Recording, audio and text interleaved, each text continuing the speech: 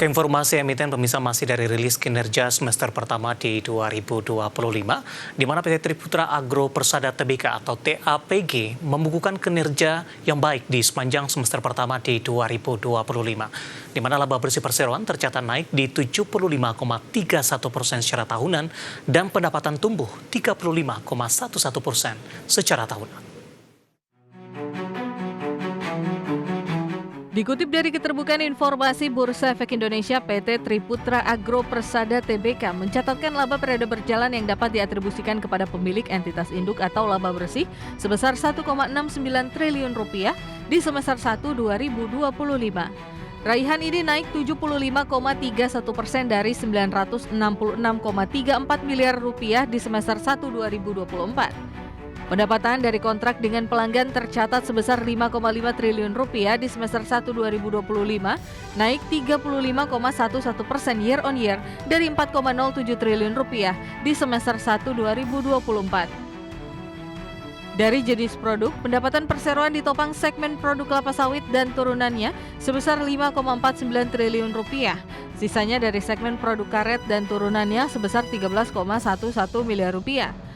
Beban pokok penjualan ikut naik menjadi Rp2,03 triliun dari sebelumnya Rp2,82 triliun di akhir Juni tahun lalu, sehingga laba bruto menjadi Rp2,03 triliun di semester 1 2025, naik 62,26% dari Rp1,25 triliun di periode yang sama tahun lalu.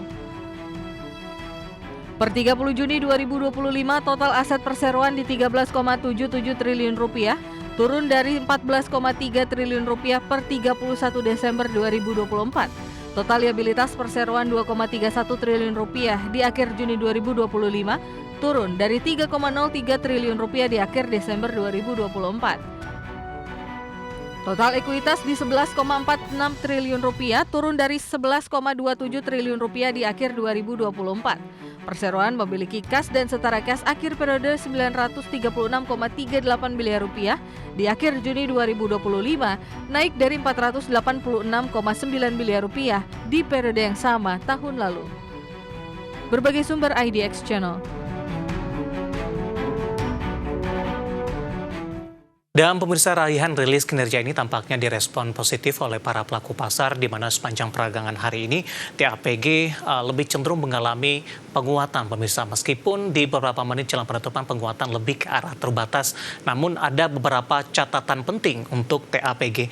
Langsung saja kita ke grafis yang pertama pemirsa, kita akan coba lihat pergerakan intraday-nya di sepanjang perdagangan hari ini. Dapat Anda saksikan grafis di layar televisi Anda, di mana dibuka di sesi pertama pada pagi tadi di zona hijau dan dibuka di level Rp1.365 per saham setelah ditutup di perdagangan sebelumnya di Rp1.355. Penguatan terbatas beberapa menit pasca pembukaan di 1360, 10.25 menguat di 1440.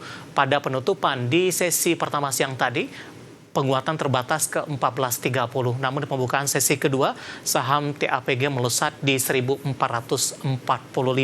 Dan secara intraday ini merupakan level tertinggi kedua, karena secara intraday-nya indeks harga TAPG maksud saya itu sempat menguat ke level 1.455 dan ini merupakan intraday tertinggi sepanjang masa pemirsa. Kita akan coba lihat di posisi 6 bulan seperti apa pergerakan saham TAPG dalam beberapa waktu terakhir, di mana penguatannya sudah sangat signifikan dalam 6 bulan. Dari data RTI penguatan sudah di 83,01%, year to date juga di 83,01%. Ya, di perdagangan Februari 6 di 735, Maret menguat ke 865, April penguatan terbatas di 800, namun Mei, Juni, Juli hingga perdagangan hari ini intraday-nya sempat ke 1445 dan 1000 posisi intraday tertinggi hari ini untuk TAPG di 1455 merupakan intraday tertinggi di sepanjang masa. Dari sisi valuasi pemirsa, dengan beberapa indikator yang ada, kita akan coba lihat dari beberapa indikator. Yang pertama, price earning ratio-nya di 8,38 kali, kemudian PSR-nya di 2,58 kali, PBV-nya di kisaran 2,58 kali, dan PCFR di 10,58 kali. Ya, kombinasi secara fundamental, teknikal, dan juga dari sisi valuasi, dan semoga bisa menjadi salah satu referensi untuk Anda. Ketobik pilihan pemirsa penguatan indeks harga saham gabungan menembus level 7.600-an turut didorong oleh sejumlah saham yang terafiliasi dengan para konglomerat tanah air. PT DCI Indonesia Tbk atau DCII memimpin jajaran saham konglomerasi dengan kenaikan di 723,57%, disusul saham DSSA dan SMMA yang melesat 78 dan 47% sejak awal tahun 2025. Penguatan indeks harga saham gabungan menembus level 7.600 turut didorong oleh sejumlah saham yang terafiliasi dengan para konglomerat tanah air. Berdasarkan data Bursa Efek Indonesia hingga Senin 28 Juli 2025, IHSG sudah naik 7,55% secara year to date ke posisi 7.614,76. Secara sektoral, teknologi menjadi yang paling kinclong dengan lonjakan 124,06%. Disusul sektor infrastruktur dan industri dasar. Lebih rinci, laju positif IHSG dimotori oleh sejumlah saham yang terafiliasi dengan para konglomerat tanah air yang menjadi top leaders pendorong IHSG secara year to date. Posisi teratas ditempati oleh PT DCI Indonesia Tbk atau DCII yang terafiliasi dengan konglomerat Antoni Salim dan Toto Sugiri. Saham emiten data center itu sudah melonjak 723,57% secara year to date. Di belakang DCII ada saham PT DSSA dan SMMA, di mana keduanya merupakan emiten di bawah naungan grup Sinarmas milik keluarga Wijaya. Saham DSSA tercatat melesat 78,11% dan SMMA naik 47,26% sejak awal tahun. Selanjutnya yakni emiten yang terafiliasi dengan Prayogo Pangestu yakni saham BRPT yang meroket 168,48%. JDIA melesat 863,16% dan TPIA yang melonjak 25,67% secara year to date. Investment analis Infovesta Utama Eki Topang menjelaskan secara umum saham-saham emiten konglomerasi menjadi penopang IHSG dalam fase bullish. Sentimen positif turut didorong oleh peluang masuknya kembali beberapa saham konglomerasi ke dalam indeks MSCI yang memperkuat ekspektasi investor.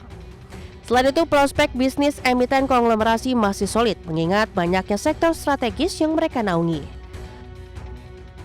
Masih terkait saham konglomerasi, Bursa Efek Indonesia baru-baru ini memastikan ada perusahaan dari grup konglomerasi yang akan menggelar penawaran umum perdana saham atau IPO pada semester 2 2025. Hal tersebut dikonfirmasi langsung oleh Direktur Utama Bursa Efek Indonesia, Iman Rahman.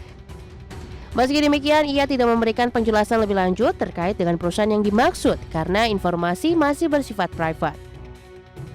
Adapun sebelumnya, Bursa Efek Indonesia melaporkan terdapat 5 perusahaan dalam pipeline pencatatan saham.